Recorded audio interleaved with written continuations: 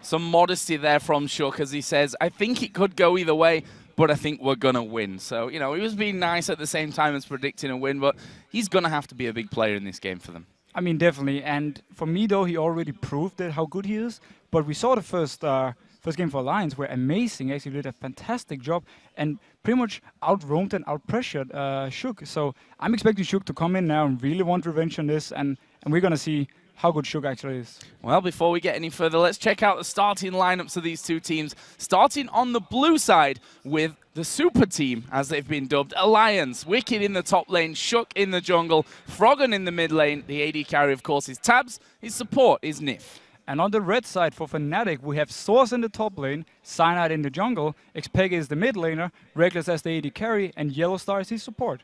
And we'll be keeping an especially close eye on the bot lane matchup in this game. Tabs and Nif versus Reckless and Yellowstar. Now, these are four incredible players. Obviously, the new duo coming into Alliance. Fnatic's duo is, to be honest, still to be proven fully, with Reckless and Yellowstar having a bit of a tough time of things at Bota. Yeah, generally Fnatic had a tough time at Bota. Actually, Reckless and Yellowstar did a really good job in the start of the game versus Cloud9. They actually were ahead on CS versus Draven. They managed to have a lot of pressure there, but as the game went on, Fnatic just started losing all the momentum, and Cloud9 just snowballed over them. One thing's for sure there, I mean, Tabs has got to adjust to playing with Nif, because his former support, Mithy, of course, at Lemon Dogs, now, he was a little bit different type of a support entirely.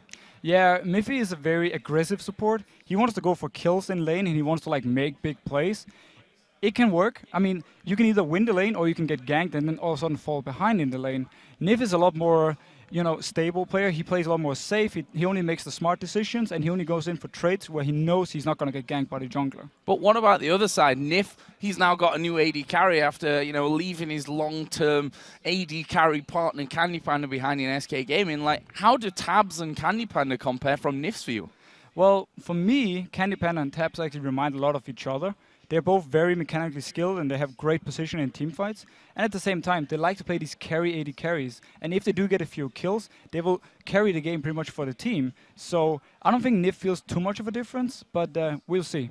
And we should just add in there the whole other little story into this one. The fact that both supports have played together under the SK Gaming name as a duo lane, of course, with Yellowstar, the AD carry, Nif, the support, back when they qualified for Season 3, which feels like years ago by now, and they're on opposite sides of the fence today. Well, it's going to be interesting to see how much Yellowstar actually knows of Nif and how much Nif knows from Yellowstar here and how they play.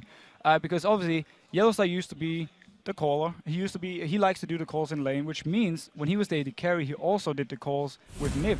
So Nif kind of knows how Yellowstar thinks, and when he maybe can predict when he wants to go in or when he wants to stay back. So we're into the picks and bans then. Let's have a look what we're going to get from this one. First ban's coming out pretty quickly here, with Kassadin and Annie being banned out by Alliance, Yasuo and Elise on Fnatic's side. No surprise so far. I mean, the Kassadin pick is very normal when you are on the blue side, because Fnatic would have the chance to last pick Kassadin. At the same time, Annie ban, she is for me of all one of the strongest supports, together maybe with Leona, which we haven't seen today. Yeah. But it puts Yellowstar in a position right now where he has to go probably a fresh all Leona, if none of them is banned away. And maybe Alliance is predicting from that. I mean, I've seen a lot of Thresh today, which, as you said, no Leona whatsoever really surprises, but the fact is we do have the likes of N-Rated coming up a little bit later, who we know likes his Leona. Orianna banned out here actually for Alliance, aimed straight in towards Peke, who played it brilliantly against Gambit. And now here's the thing, because Froggen plays LeBlanc. We just saw Alex play versus Peke's Orianna, where he simply maxed the shield on Orianna and just survived through the lane and farmed up. Maybe Alliance wants to leave this LeBlanc pick open for them by banning away the Orianna. So a couple of seconds left for Fnatic's last ban, and, well, you pretty much called it without calling it there. LeBlanc was banned out here by Fnatic. That's going to stop it coming over to Alliance. However, Lee Sin left open, and Alliance wasted no time in locking that in. No time thinking. Fnatic banned away the Lee's. It would have probably been the first pick if it was open, but Lee Sin taken away here. Sugar loves Lee Sin. He loves to make big plays early game. We have seen Sana play a lot of Lee Sin as well. It's going to be interesting to see, though, if Sadic's actually going to pick up his Aatrox, which he started playing again after Worlds. Well, I have to say, the obvious, really, looking at this one, where's Mundo, where's Shyvana? That's actually a good question. Fnatic has the option to pick both at this point. I don't expect him to do so. I expect him to have the Trundle pick ready in case Alliance should pick up one of them. But Alliance doesn't seem to favor Shyvana that high. She's been one of the most contested picks of all, and we saw in the last game, they actually went straight for Renekton, even though Shyvana was also open. Well, we'll see here. And actually, we talked about not really seeing Leona earlier on, and as if by magic she appears, it's going to be in a Leona Jinx lane for Fnatic. And this is a kill lane. At level 6, if you manage to land a CC from Leona, combined with the ultimate from Jinx, you have so much burst potential and damage. I absolutely love this lane, and I expect Alliance to be very careful at level 6. And we saw it in Fnatic's first game of the day against Gambit. Jinx, Annie, similar kind of thing. Level 6 Tibbers is in there. Super Mega Death Rocket follows up. Easy double kill for Reckless in that game. On the other side, though, Shyvana and Mundo, again, still open from this one. And currently Alliance hovering over that Shyvana, which with Lee Sin in there, you might expect that to go in the jungle. But at the same time, you know, Froggen's played lane, Lee Sin. I'm not going to say it's going to be happening in the top lane there. And in the end, they actually go for Thresh there for Nif. Thresh is pretty much the only support you have left right now. He's really good versus low lane. He's not exactly going to kill her, but he's a very safe versus her. He has his Lantern if she does engage, and if he has a fast Lantern out, you can actually click it before the stun runs down from Leona's ultimate. So generally, Thresh is like the go-to support when you're against Leona. But I will say Fnatic so far, also because they have Jinx and Reckless, has such a good positioning in team fights that the Jinx will fit him really well, and he doesn't really need the dash or the lag of the dash that Jinx has. So right now for Fnatic, I think he's looking very strong, and if they do pick up, let's say, a Dr. Mundu or, you could also just say Renekton. Or a Renekton, which is now being hovered over, and the Vi as well. And now Fnatic went for this, sorry, it was Alliance that went for this exact combo in their game earlier on, where they lost to the Copenhagen Wolves. They had the Renekton in the top lane, and the Vi in the jungle. Cyanide played Vi as well against Gambit earlier on. Yeah, Vi right now is one of the strongest picks. You have a lot of damage throughout the entire game. You can build full tanky and still do quite some damage late game, and you have the perfect engage combined with Leona. If he locks down a target with Vi, and Leona follows up with her ultimate, you're CC'd for about 3 seconds, and you're pretty much dead. On the other side then, we saw Tabs' mechanical skill a lot last year actually with the AD carries. Even in their last game that they lost, of course, to the Copenhagen Wolves, we saw him picking up first blood with a 90 caliber net. So that just kind of shows you that he's got that kind of side down. This time looks like they may go for the Vayne. How safe is that Vayne though in a lane where you have got Leona and Jinx who put in that mega damage on a whip? Now Vayne itself is very hard to lane versus something like a Jinx, but the fact you have so much mobility, especially with your Q, means you can actually dodge out of Leona and a lot of her like long-range engage. And this means at level 6, if Leona misses her ultimate, you can actually go in for the fight with Vayne because you have high damage, you have your Thresh to back you up if something should go wrong, and at the same time now Leona already missed her ultimate. Starting, for me, the Vayne pick makes sense, but it's a little bit risky, but we'll see how it goes. Tumbling at the right time and not throwing your tumble out before the ultimate comes in there.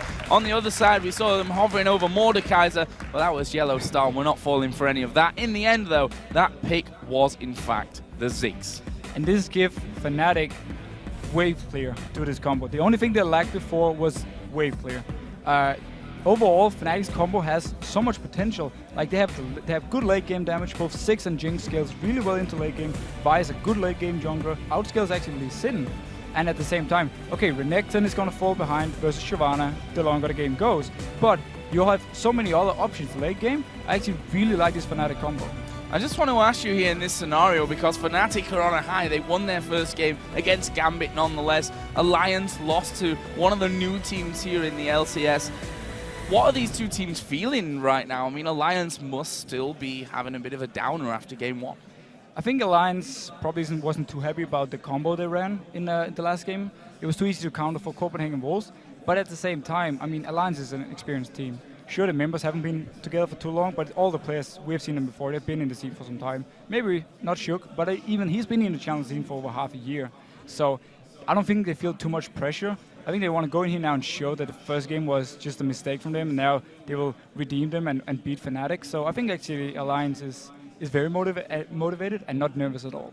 Well, Deficio, let's have a look what the fans think about this game and who's going to come away with the win. And it actually looks like the majority of you are saying Fnatic will take this one. It's a pretty close one, though, at 58% of the vote.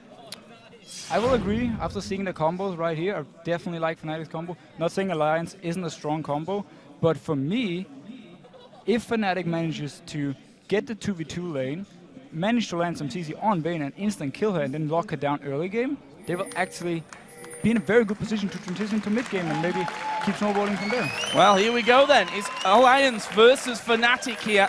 A second game that both of these teams are going to be playing today.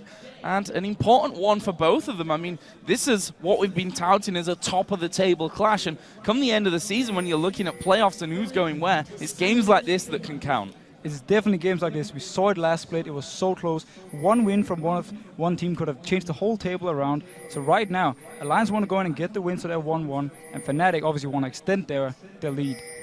So let's have a look here at the early game. And, you know, things since we've moved into the preseason patch slowed down at level 1 in terms of entering the enemy jungle, although Gambit might have something to say about that after their level 1 earlier on. But I think we can expect a more pensive start here, surely.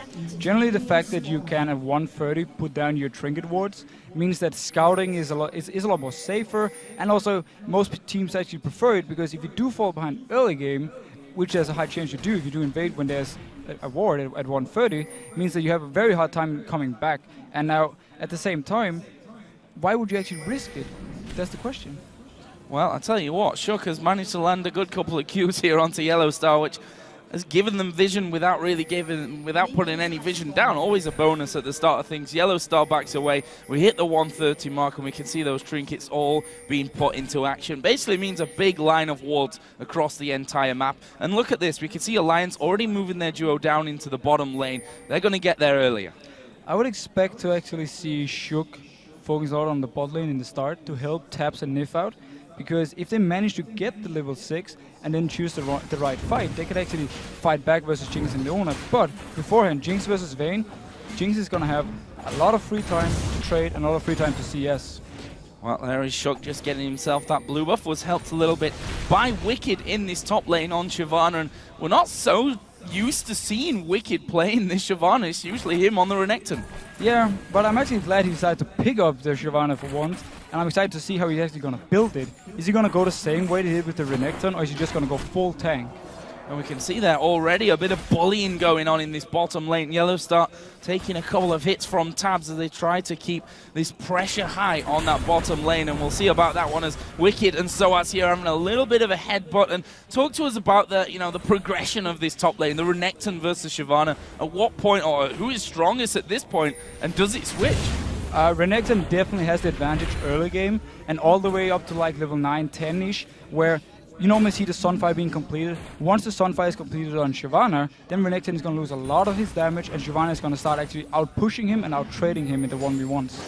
And that bottom lane, just want to touch on items there. Your speciality, of course, as a former support player, both going door and shield. What advantages and disadvantages has that got at this point in the game compared to something like the coin or the relic shield? Now, I'm a bit surprised actually that Yellow Star didn't go for the relic shield, and then him and Reckless started in the lane at 155, just like Nif and Taps did. The reason Nif and Taps is hitting XP and actually shoved the lane up now is because they started in the lane at 155. They managed to kill the first few minions and start slow push towards the enemy. If Leona had relic shield at this point, she could actually shove the lane back and try and give back some XP advantage for Fnatic. But overall, Dawn shield, it's very safe. It's good if you want to all in and you don't really like. Just for the general all-ins, actually, it's very good.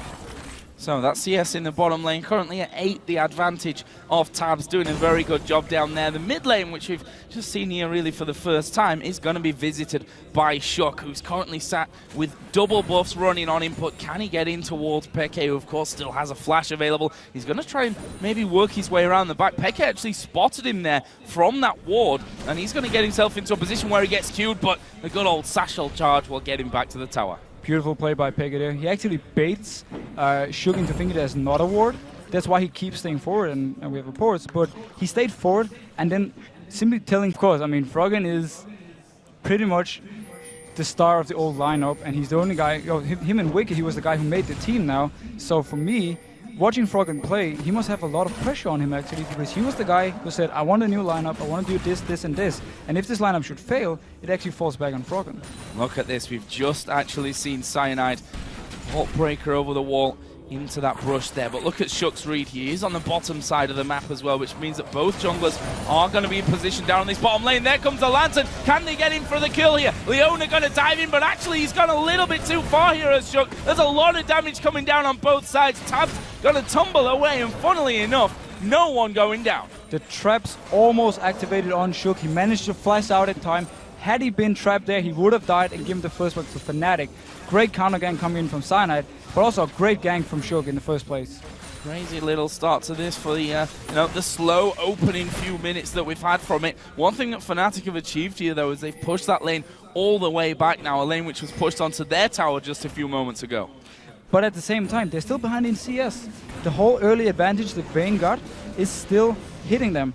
If Vayne can keep doing this all the way up to level 6, the lane is actually going to start being more even, unless Yellowstar manages to catch either Nif or taps out in an engage and just go all in. So we're seeing the first recalls of the game coming down, and we see that Reckless going for that Vamp Scepter here, and that's going to give him a bit more staying power in this lane. And we'll see what Tabs goes for on the other side, as he will be headed back here soon along with his support, and there it is, a Vamp Scepter for him as well. Pretty standard pick-up for both AD carries. None of them had enough gold to purchase, like say, an early BF sword. So they simply go for the safe pick, the Vamp Scepter. I expect both AD carries to go into a Bloodthirster. Generally, it just means right now the lane for them. I mean, obviously for Taps, he wants to farm, but also for Reckless, he wants to avoid going too low, so he can't really go in for the full engages. So earlier on, we touched on the fact that neither support had gone for those gold items, as Wicked just taking a bit more harassment up there. But actually, on the return, Nif did pick up the Relic Shield. Interesting enough, normally you start with the Relic Shield, you don't pick it up later, unless you want to fully complete it into a Heart of the Mountain, which is the item where you give a shield to an ally that takes some of your HP and gives like 20% of your max HP into a shield. If he opts to complete it, it's a bit strange build, but I can definitely see it work when you have Vayne you want to protect. Oh, they're going in for Wicked here, the bomb coming over the side from Peke, but Wicked had already got himself out of there thanks to his ultimate, but he's actually going to get pushed here underneath the turret. Soaz is putting all the damage down. He tanks it up. There's a satchel charge jump away from Peke, and there will be the first blood from Fnatic. Shook can't follow in for any more damage. Nicely executed. Great play from Fnatic right here. They know that Source has the pressure early game. They know that Source can pressure down Wicked to the tower and then roam up, and you can actually do a 2v1 dive on him and kill him. Bit surprised though that Froggen let XP just roam away freely, especially because Cyanide could just come into the mid lane and pick up the farm, and Fnatic actually lost nothing on it. Now again, down onto this bottom lane, been a bit of a focus for us because there has been that tug of war going on in terms of where the minions have been left positioned, but this could change things once again. Cyanide headed down towards that bottom lane. This time Shook's not there to help out Alliance, and there was the play back, and that's the reaction you need to have as a Thresh to stop the Leona coming in on you. And this is why Thresh is really good versus Leona. Perfect play by Nif. He completely stopped the engage. Had he been caught right there, he would have been locked down, and then Cyanide would have flashed ulted him and maybe picked up the kill. Well, Cyanide is still waiting there in that brush, so he's still thinking that he may get an opportunity to actually get over onto either Nif or Tabs, but you can see that the Alliance bot lane not really pushing out from safety, and in the meantime, Shook is taking advantage of this one and going for a red buff steal. Shook must have expected Cyanide to be bot lane at this point, and simply said, I'm just going to go for this red buff. It's not warded. Alliance didn't know if Cyanide was actually there, but great play by Shook. He was around the area, he checked it with his Sonic Wave, and then simply just went in and took it. Smart play. And there is Peke showing his mastery of Ziggs and throwing down that satchel charge just to clear out the low HP minions. Cyanide thought he was going to face check in there, but wisely using that trinket to get a ward down. Spots both Shook and Froggen stealing away the Wraiths. And Froggen talked about this in the interview before we even started today, about how him and Shook had this great synergy together, about how they instantly, as they started playing together, they just felt it. They finger-like, and I expect to see them do more and more of these 2v2 plays and try to put up some, or start some 2v2 fights with Cyanide and Xpeke. Now, one thing I want to talk to you about here is Vayne, because if we look back to last year, it was always, it's deadly for a Vayne to get ahead. Now that we've heard, and a lot of the pro players have said it again, that the AD carries have become a little less valuable. Let's forget that, because Xpeke being pushed away. It's a good flash in the end from him to get back to safety. But back to my other point, that AD carries might not be quite as impactful in terms of damage in the team fights later on. But how dangerous is it still for that Vayne to be ahead here? Now, Vayne is still one of the best AD carries late game in the game, and she is perfect versus this tanky meta. The only reason you normally don't see too much of a Vayne is because the current strong AD carries like Lucian and Caitlyn. Oh wait, we actually see a fight. Yeah, we see the push in there, the push back onto Yellowstar. His ultimate not really landing, but they've managed to lock down Tabs. Assault and Battery comes in, but he's pretty healthy still. Shook goes low, kicks Cyanide away, and he will actually be able to stay alive at least for now. Reckless flashes off, barrels flying over his way, and Peke chasing down there nicely. The last man in the jungle was Shook. He's headed back up north, and in the end, it's a 1-for-1 with a Dragon going over to Alliance. Tabs actually got caught in the middle of everything right there, but he managed to tumble to safety and stay alive. At the same time, Shook kicked Yellowstar into the box of Fresh and killed him. Beautiful play. He didn't manage to survive though. He was caught behind enemy lines. So be it. And let's have another look at that one in slow-mo and just check out exactly how that happened. Look at Tabs' position. Notice Tabs right here. He actually stays in the middle of everything, gets caught by Yellowstar, and then ulted. But there's no follow-up damage. The rocket comes too late from Reckless. He doesn't hit him, and boom. Instead, Shook makes the play, kicks Yellowstar into the box, and it's a 1-for-1. But Alliance managed to pick up the Dragon. And at the end there, Shook's Q almost hitting Reckless as well. He would have followed through there and probably picked up that kill, but either way, that ends in a 1-for-1, and we see Alliance now going back about their normal route with Shook taking his red buff. Fnatic have pushed this bottom lane up completely. Both AD carries in that fight got an assist apiece, but it is still Tabs that holds a 10 CS lead. And he has a big wave of the tower right now. He's going to pick up all the CS. Things are looking very good for Tabs right now in Alliance. But on the other hand, the combo Fnatic has is really good at locking down a Vayne, especially if Vi can just lock himself onto Vayne. If they can follow up that with Leona, they can keep his stun locked. Well, we saw the damage wasn't quite enough for him that time, despite the mispositioning, maybe you'd say, from Tabs getting caught out right in the middle of them. And that'll be, well, he'll be thanking his lucky stars for that one, that they couldn't follow through with the kill. And there's a Lantern just to check the brush, and why is this so? Because Yellowstar was waiting inside of there. We can see that the Cutlass has now been finished off for Tabs, along with those Berserker Greaves as well. So he's going to start to hit a little bit harder. Jinx in a similar position as well with the pickaxe now. Well, if we look at this right now, once the Blade of the Rune King gets finished by Tabs, he's going to be able to actually 1v1 Reckless. Small fight from Wicked and Cyanide here, nothing really happening, but back to the point. When Blade of the Rune King is finished from Tabs, he can actually 1v1 Jinx and force Jinx away from her farm and maybe force Fnatic to teamfight a bit more. Alliance right now has the potential with Wicked and with Tabs to split push 2 lanes and then keep 3 people in the middle. Gragas can wave there forever. Maybe we will see Alliance actually do a 1-3-1, which is basically where you keep Shyvana top lane or Vayne, and then you have the 3 people in mid, Gragas is wave clearing, and then you have Tabs in the bot lane. Oh, good ultimate coming in. Comboing that nicely there. Peke going fairly low. There's a Dragon from behind. Peke under the tower. He's going to fall. Wicked picks up that one, and another greatly executed move from Alliance this time. Great play by Wicked. He did actually get spotted by Fnatic early on, but he just stepped back a little bit and then actually came back into dive. Great play by Wicked. He has to flash here, sadly, but great play overall. Well, we also saw Shook down in that bottom lane. The turret already down to half HP, but Yellowstar always a threat underneath that turret with his ultimate available and the CC chain that he can throw in there. But at some point, they realize, you know what, we're going to have to back away from this one. There's no one to help us. Shook can come in there and causes all kinds of problems, and they've got the damage out of Tabs as well. And that's going to mean the first tower of the game here going for Alliance. And this is perfect for Alliance. They need the towers, the outer turrets out, so they can actually split push even easier. Vayne right now, if she catches Jinx in the middle of the lane without any tower to protect her, can just chase her down and kill her. So things are looking great for Alliance right now. Now we see a blue buff stealing. Start maybe to a bit of strangulation from the Alliance side. Cyanide making a bit of a move of his own though, and actually in the end it looks like they will be trading these blue buffs over. For me right now, though, the big question is for Fnatic, how are they going to go from here? First of all, they need to teamfight and try and lock down the Vayne. They won't be able to kill them right now in their respective lanes. Shyvana already started to really pressure on the top lane. We saw her farming behind the towers before, and we can lock her down. And at the same time, if Vi comes up, they won't even be able to kill her. So right now, Fnatic needs, when the next Dragon comes up, to start a 5v5, lock down the Vayne, and instant kill her, and then win the fight and get the Dragon. Oh, Wicked just stopping Soaz from recalling there, running in with that burnout going, and takes a bit of damage for his pleasure, but he'll be happy, if nothing else, to annoy Soaz there on the top. More or less just annoying him again. Right now in the top lane, there's no kill potential for any of them. They're just going to farm and farm and farm, but Wicked is happy with this because Shyvana will outscale Renekton. So, right now, we can actually just wait for the Dragon to come up, and then hopefully Fnatic wants to fight, and we can actually get a really exciting game going.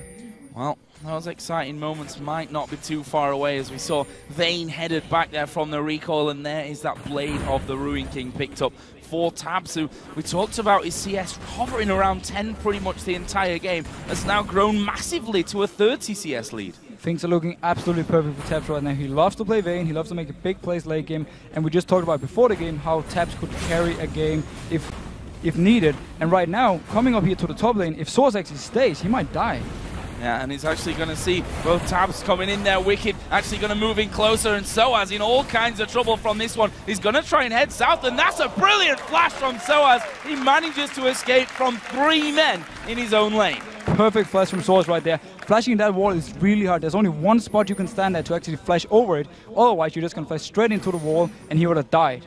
And most of us have done that in the past, Officio, me included. Only once, though, I think it was. There's a bomb coming in from Ziggs just to clear out that top wave and force Tabs to take a turret hit before he backs off. And Alliance are kind of stuck in between the 2 turrets in that top lane, while Fnatic start to push a little down the middle.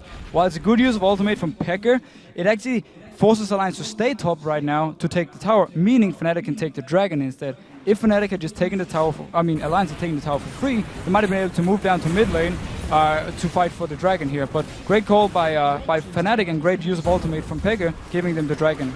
Oh, Shook actually decided to come for this one, which may actually cause him a death. He kicks back the Vi and will end up heading over towards the Golems just to stay safe from that one. But dangerously low, thought he would have a bit of a go onto the Dragon Steel. That didn't work out for him. A nice pickup coming down in the end for Fnatic. But that top wave, as you said, tower going down in response, and they're still up there without a response till now.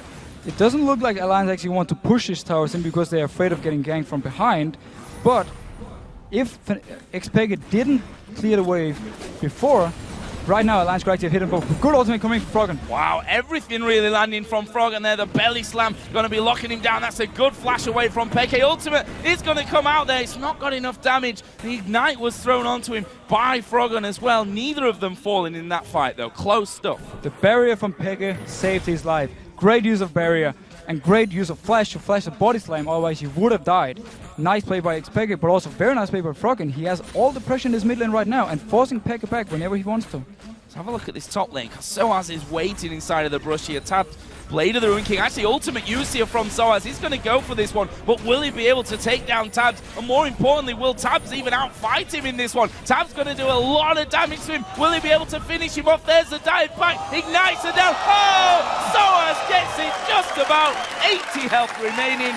Incredible play. Wow, and Tabs really hates himself right now. He had every chance to get this kill, but he went in too deep. We see Wicked getting caught though. Yeah, talking about deep, Wicked is in all kinds of trouble here up by the Wolves, but is he really? His Shyvana turns around and does the damage to Cyanide, who in turn backs away himself, and he will just walk away from that, leaving not only a low HP man, Jinx recalling in the bottom lane, but now 4 men from Alliance pushing and taking the outer middle turret.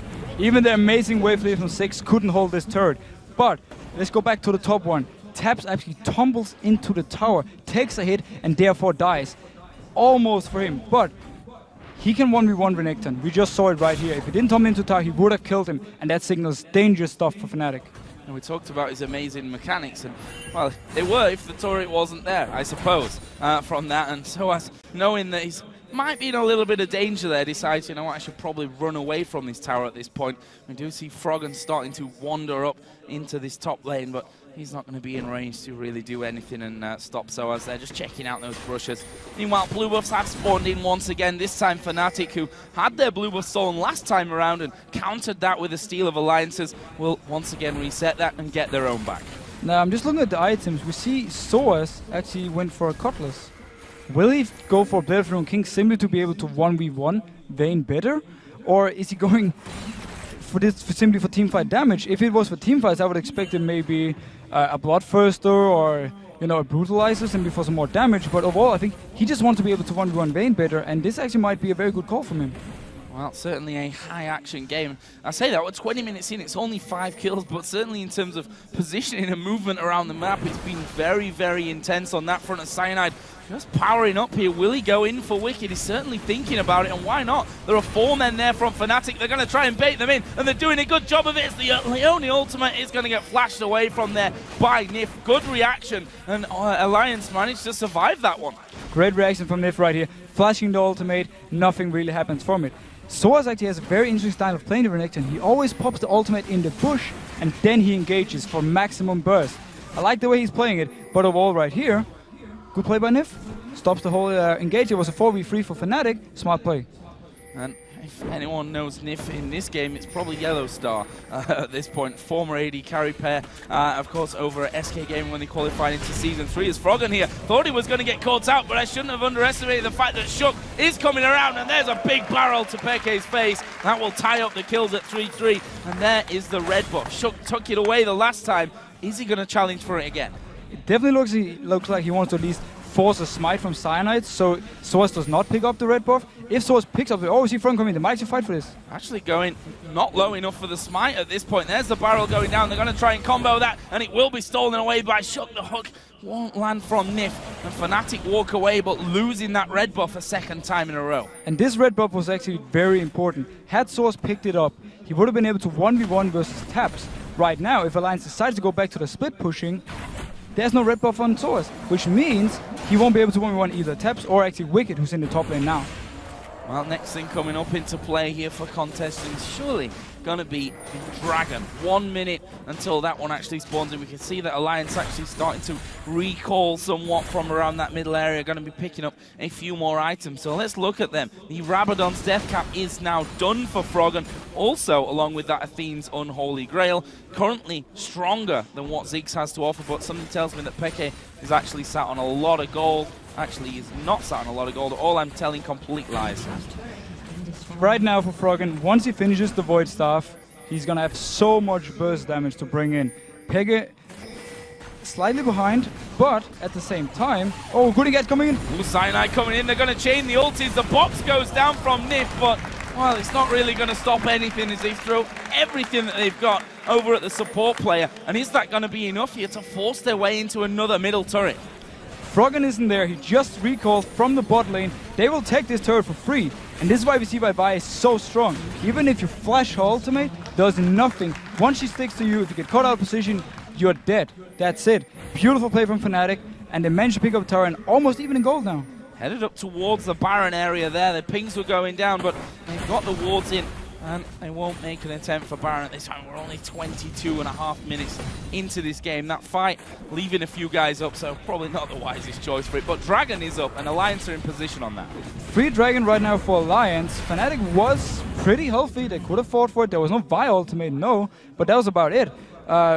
Sorry, Six doesn't have ultimate either, but they decided to give it free. It's a bit weird for me. I actually think they could have at least stalled it and maybe waited for their ultimate to come up, but nonetheless, they don't want to take the chance.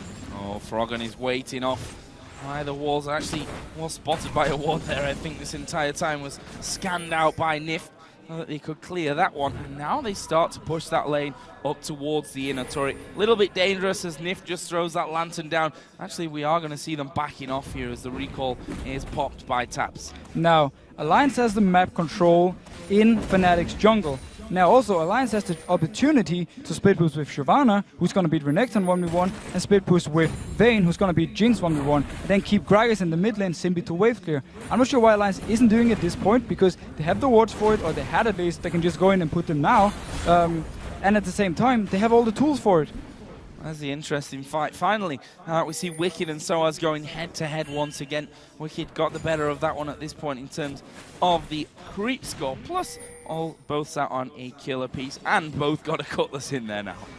Now, again, as we talk about the split push, Fnatic has the ability to force team fights with Leona and Vi, and also force picks on champions. If Vi goes to top lane, together with a Six, for instance, and ultimates on Shyvana, they might be able to have what it takes to take it down, but in about 10 minutes, when Shyvana is even more tankier, it's going to be harder. So Fnatic right now, I feel like for them, it's a bit of a ticking bomb, because Alliance is just going to get stronger and stronger in the split pushes.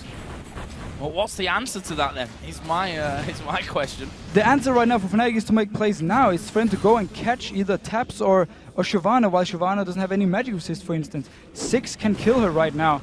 Once she finishes the Spirit Visage, probably after she's gone into, let's say now, depending on what he's going to build with this Giants build, but once he picks up the Spirit Visage on Shyvana, 6 won't be able to kill her, and that signals kind of not the end for Fnatic, but when it's going to be really, really hard for him to deal with Shyvana. Right now they have the chance though, especially because Wicked has decided to go for Blaze Rune King. I was going to say, it's maybe a little bit lucky for Fnatic that Wicked's not headed up that path, at least for now. We're just seeing a pink ward put down for Alliance there on top of Baron, so they want to make sure they've got that in clear vision. The gold currently sits at a 2,000 difference, 3-2 in turrets, 4-3 in kills though, the other way in favor of Fnatic, and we can see that Alliance just clearing out as much as they can here on the in terms of vision on that top side of the map or by the Baron. The big advantage gold-wise right now is in the junglers. Sugar's about 1.5k gold ahead of Vi, and also Sana has decided to go a bit more damage route, which means that when he actually engages a team fight, it's going to be very easy for Tabs to kill him very fast. Top side, Yellow Star just headed up there to offer a little bit of cover, but Alliance are thinking about making a play over towards the Wraiths there. The Cyanide spots that early enough, didn't have to use his smite in the end, but this red buff being a big point of contention actually from both teams. And once again, Shook is hanging around to try and cause a few problems. It's going to go low. Is it enough low for the smite? And it will be made so. And Cyanide this time gets it, and that's a little victory for him.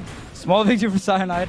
Good for him, he actually got the red buff, but Fnatic wanted to be on Source so he could stop the split, which we see Engage coming on Source. Yeah, Soa's actually getting caught out a little bit here, but Alliance not really falling for that one. Don't want to throw too much at the tanky Renekton, and in the end we saw Froggen taking that Lantern back to safety, and Wicked left on the top side of things. But again, vision control by the Baron all belongs to Alliance at this point of things, using those scans to try and clear things out, and they're going to start off the Baron.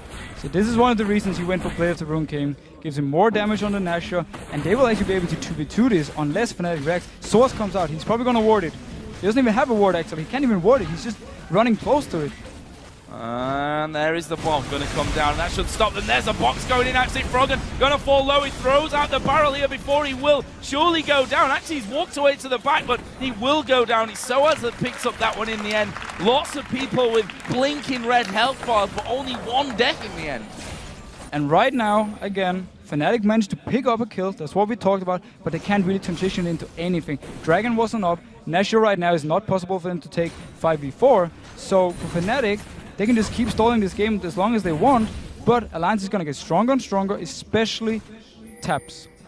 Especially Tabs, who at this point has that Phantom Dancer added into his Blade of the Ruined King, and does have a 1,200 gold bounty in his pocket to be spending the next time that he does decide that it's time to go shopping. The other side, Static Shiv and the Bloodthirster for Jinx, looking like the Last Whisper is coming up next.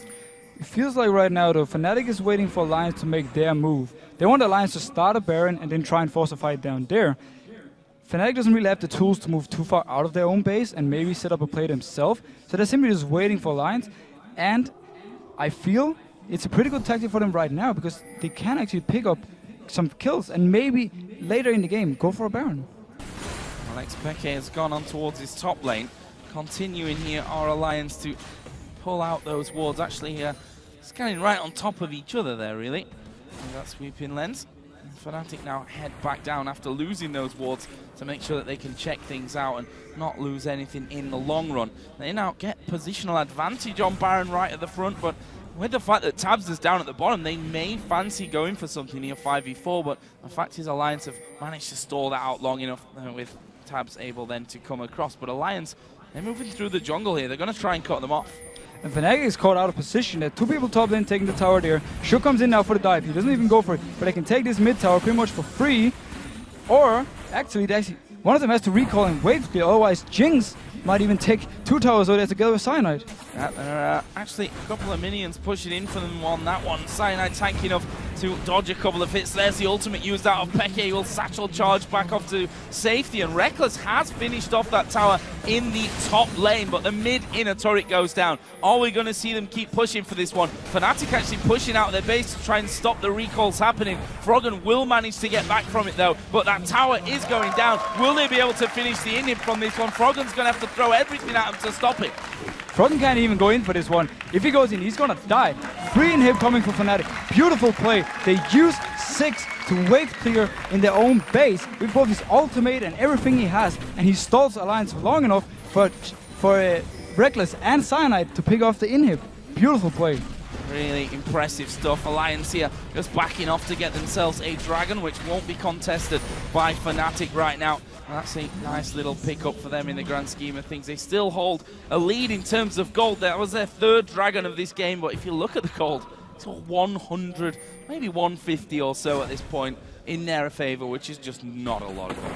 I have to question Alliance's decision though to not use Vayne to split push at this point. Yes, she died to Swords top lane once because she tumbled into the tower. She would have killed him otherwise and won that 1v1. They have the tools right now again to split push. They have the tools to not go into these weird decisions where Fnatic can decide what's going to happen. So for me, Alliance is misplaying that combo, and right now, it's hurting them. Both AD carries now have that last Whisper added in there. That was happened to Jinx Reckless after he did that naughty push down the top lane and took away the inhibitor in a single swoop along with Cyanide. And again, we come back to that old making sure that the Baron is warded up. Alliance actually utilizing the pink wards once again on the front side of it to make sure that they keep that vision control. Alliance's vision control this game has been absolutely amazing. They always kept more than 2 wards in Fnatic's red side of the jungle, which meant they always had pretty good control where Fnatic was moving, and at the same time also if Fnatic was moving for the dragon, or even set up their own attempt they had earlier to, as they do now, to take a 2-man dragon, or Baron, sorry. Well, Cyanide does have a ward this time around as he just pops one over the top, but that's swiftly cleared away, and this pink ward's going to get rid of all the wards that Fnatic can actually throw down there. I think wisely there from Alliance, they actually decide, you know what, let's not keep doing that one at this point because, well, we do have Froggen in the mid lane, not really in a position to join us. Fnatic have grouped as 5, and they actually start to push down, and Tabs thought about going up towards that top lane there. I think that would have been a mistake, decided not to show himself. But Gragas still has great wave clear for Alliance. He's going to be able to hold the wave pretty much away from the tower at any point of the game right now when he has so much AP. At the same time though, Fnatic has the advantage that 6 can use his ultimate to clear the waves in the side lanes and make sure that they will always push in favor of Fnatic, like we see the top lane doing right now, mainly also due to the inhib being down, of course. Yellowstar got bored of that pink ward, by the way. He finally said, guys, push out mid lane so I can kill this damn pink ward. And they've been clearing out everything we throw in there just because of that. And actually now Fnatic are the ones that have vision control on that front side of the Baron pit. Actually, Alliance have vision at the backside, which doesn't really help them at this point. And they're trying to pull him in here. Do Fnatic want to fight? I mean, look at the base right now. We've got super minions pushing through. It's going to force recalls from Alliance. If Alliance actually goes through with these recalls, Fnatic will be able to take Baron. We see Pekka being caught out. Yeah, he's caught out from this one. Tab should be able to finish him off, and he will finish him off. The bomb went down to clear out the minions down by the bottom. The Super Mega Death Rocket not connecting, but Reckless manages to get over the wall. Pekka actually killing off Nif there from his deathbed, basically. And that leaves us with 3 men alive on both teams. And I'll tell you what, Super Minions are still on the base. They are still pushing in on towards those Nexus turrets, and Alliance can't do anything about it. They're trying to recall finally to get in there. It will be Wicked that goes down for that one. Pekka sacrificed himself to go down, throw down the ultimate just when the free wave spawned from Alliance and clearing out the entire wave so the super minions could push in. Great use of barrel here by Froggen. That's a brilliant barrel, and actually he's going to go in. That might cost him his life. It will. It gives Reckless the movement speed bonus that he needed to escape as well out of danger. That's a nice pickup here from Fnatic. They lead 8-5 in kills, and that gold is starting to tick their way. It's starting to tick Fnatic's way. Froggen got slightly greedy there. He did a very good ultimate at first because he knew or he expected Fnatic to stand there and wait for him to actually walk in, but decided to body slam in to try and get the kill on Reckless. Too greedy, ended up dying for it. Taking a couple of minutes here for Alliance to finally get all those pesky minions out of their own base and force that wave back as far as they possibly can. In fact, the inhibitor has now respawned in that top lane, so Alliance will have a little bit of pressure relieved from their side of things, and in fact are pushing that lane as far back as they possibly can, already to the halfway point of the map. Meanwhile, Yellowstar coming out, and there is a pink ward of his own as he continues to clear out at the sides. Let's have a look at that one once again. Froggen getting greedy. Well, basically, Froggen tried to do the flash body slam, which is like instant body slam into the face of Reckless, but sadly for him, Yellowstar was in the way, and the body slam, boom, hit Yellowstar. Well, here's again, the pink ward battle. Nif will clear that one out there and walks away pretty satisfied, I'd imagine, with that one. He does actually have another pink ward of his own to put down, but he's a little bit cautious about doing that right now. Meanwhile, Reckless, who's continuing to build his CS up. He's up to 300 farm at this point. Got himself the cowl in there as well. Going to have a bit of protection. The lack of split pushing from Tabs actually have put him far behind now in CS compared to Reckless.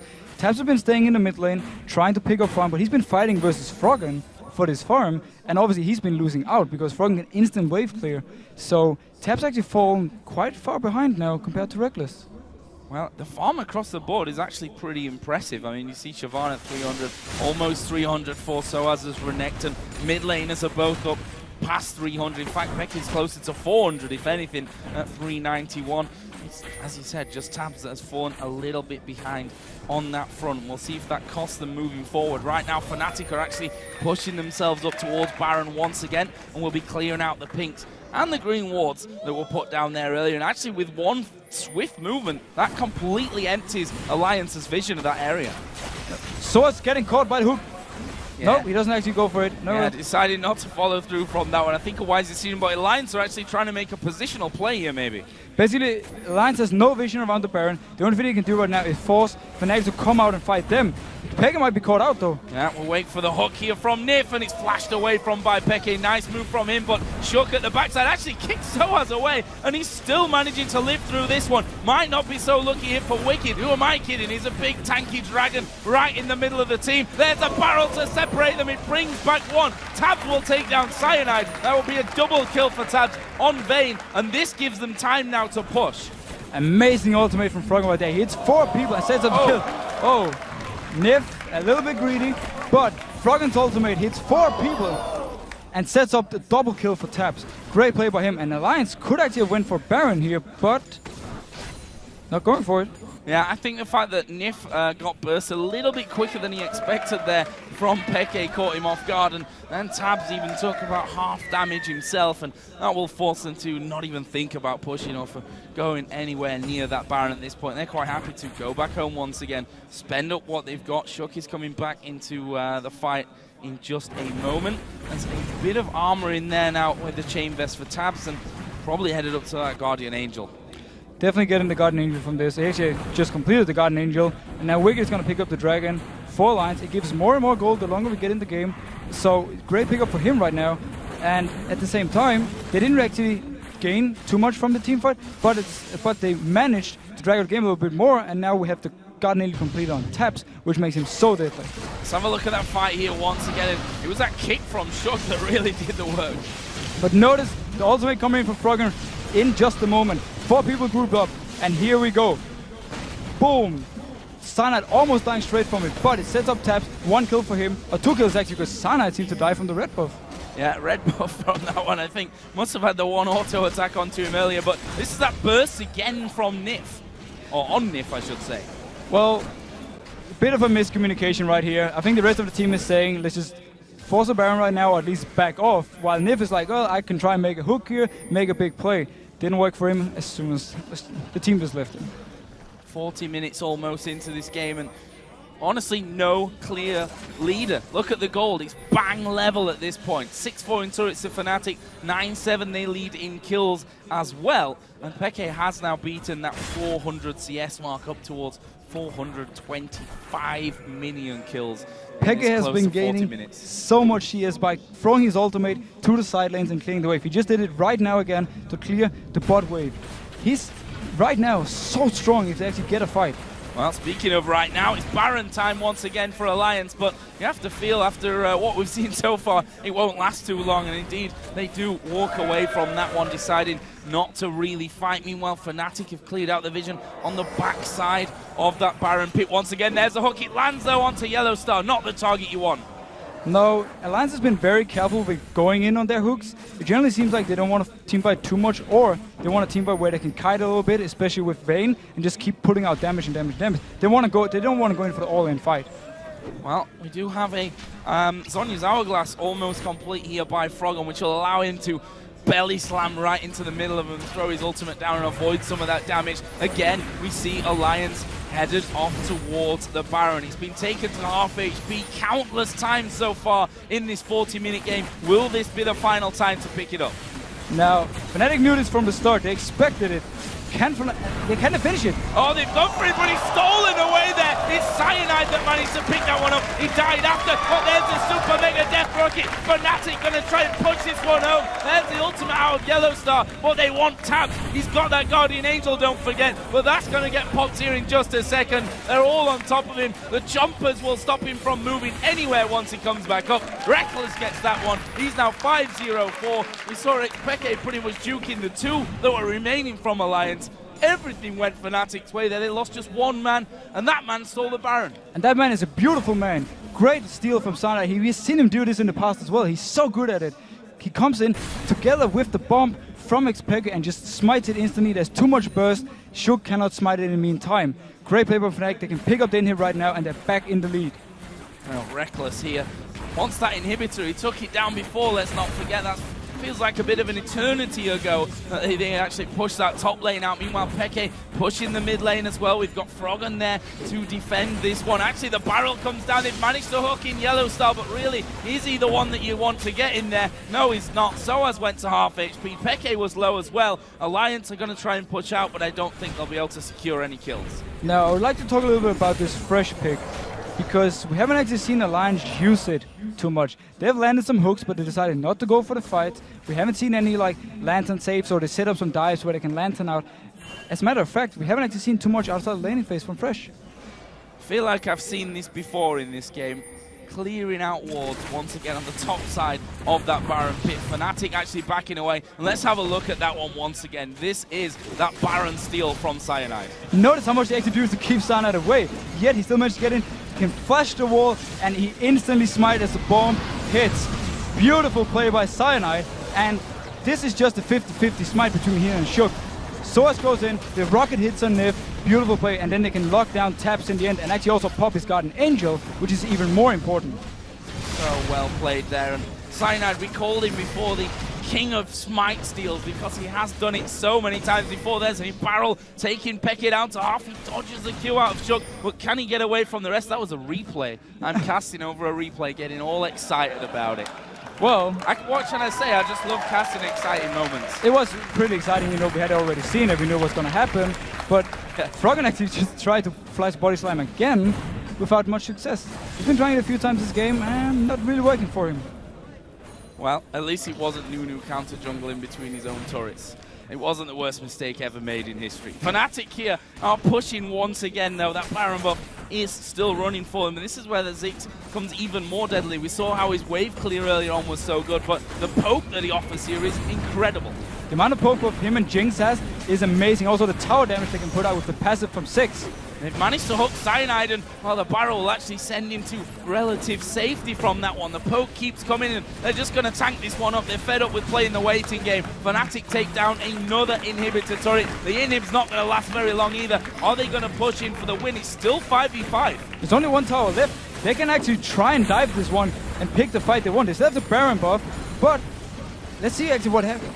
Will they go for the fight? The hook comes in. Yeah, the hook will land, but again, it's onto Leona. You don't want the hook to land onto Leona, and they're going to keep going through this one. There is that Nexus turret going down. Fnatic still have 5 men alive. Leona ultimate thrown out. Wicked actually getting caught up here by the Assault and Battery. That's a kill. Nif's going to go down. Fnatic surely can end this one. They want to kill tabs at the backside of things. That'll be left to Peke, while the rest of the team just go hell for leather into it. There's the ultimate. Tab tumbles away from it, but look at the Nexus. He's going to go down. Fnatic pick up their second win of the day, and unfortunately for Alliance, it's their second loss today. Amazing use of both Six and Jinx in this game for Fnatic. They fell behind in the bot lane, but Reckless, through farming and farming and farming, managed to come back in the game. Also, the use of Six ultimate to constantly clear the waves on the side meant that Alliance never really felt they could split push. Well, an incredible game. That's what we kind of expected. I looked at which games I was going to be casting today, and when I saw Alliance versus Fnatic, I knew there was going to be something special about it. I even casted an extra bit of the replay there just because I wanted to cast even more of it. But the performance there out of both teams, so close for so very long. And again, though, it all comes down to that Baron. Yeah, it's hard to really highlight one player from this game because everyone really did their job, especially from Fnatic.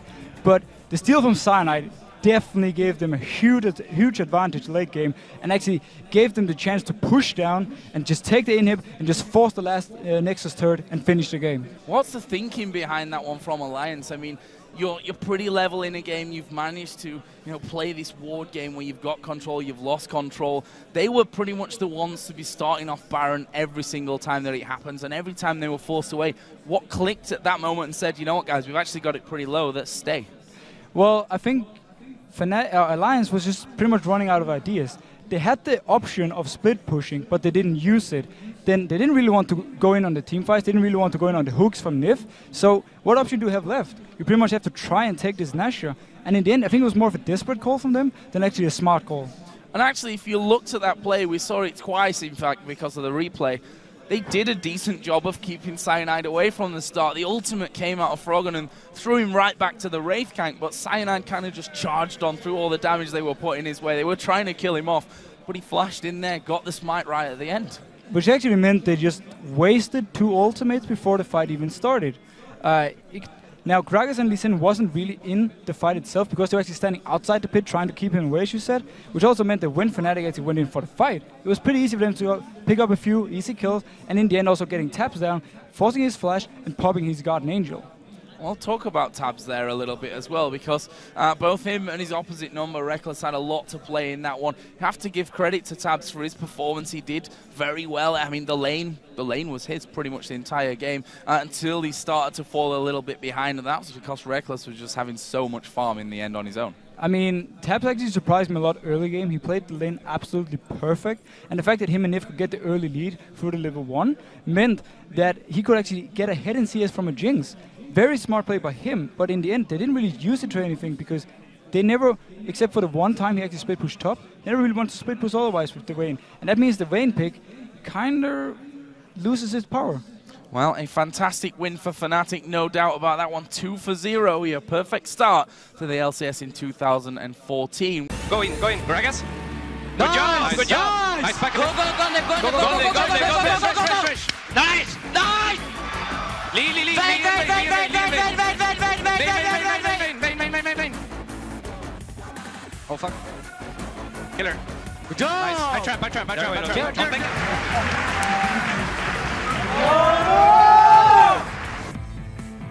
Welcome back, everybody, to the European LCS as we are joined by Fnatic's Cyanide.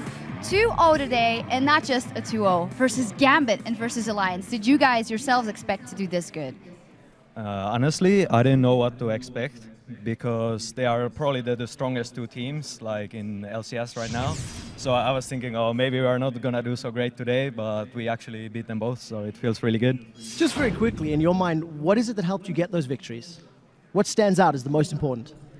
I think against Alliance we had really good rotations. Like they are very good individually, but they were like still trying to figure out their team play maybe.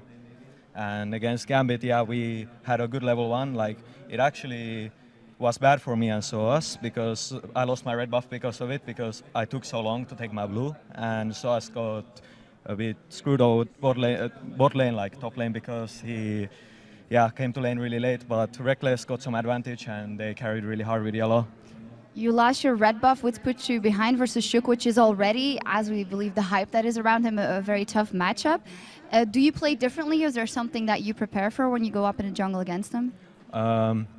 Against Shook, I was covering my lanes a lot because he was playing Lee Sin, which is obviously really good early game. I was doing okay, but I think at one point I was even covering too much. Like I lost my red buff at one point. Like, I just realized, wait, they are taking blue, he can't be bottom, and then he just went for my red and took it, and I was like face-palming, but...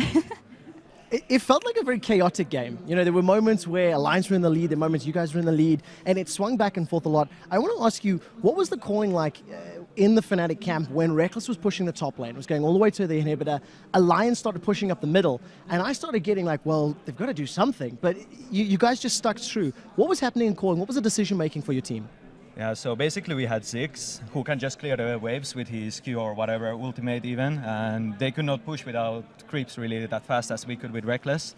So we knew we would win the trade anyway, and I was getting a bit scared actually at one point, like you're gonna maybe get dived, so I was even recalling, and my team is like, no, no, no, you're stupid, like just push, and I'm like, okay. Cyanide, what is sweeter, a victory versus Gambit or versus Alliance? I think they were both equally sweet, like I was equally scared about both games. Okay. Well, my question now, very quickly about Alliance. There's 0-2 today. There was a lot of hype about the team. What is it that actually cost them the victory, you know, as a team? Do you think it's just age, that they don't really gel just yet? Or do you think it's something deeper? Like I said, against us, our rotations were better. Like the top lane push we did, it basically gave us a lot of advantage, even though we were maybe a bit behind before that. I'm not 100% sure because I don't actually nicely see the gold like you guys, but... Yeah, we're cheating a little bit when it Just comes to that, of course. Now we're going to see what you guys had to say over on Twitter. Of course, today we asked you, which European LCS pro are you looking forward watching this week and why? And here are some of the best answers. The first one is from @CrunchyDonkey. I am happy our Russian prince has returned to my beloved Gambit. Look forward to seeing some support carry. I think he was a little disappointed after the first game, thanks to these fellas over here. But definitely, you know, Edward's been outspoken on Twitter, and I want to see these unique picks he's been talking about. He played Thresh. Come on, that's boring. Play something exciting. Mumu, please.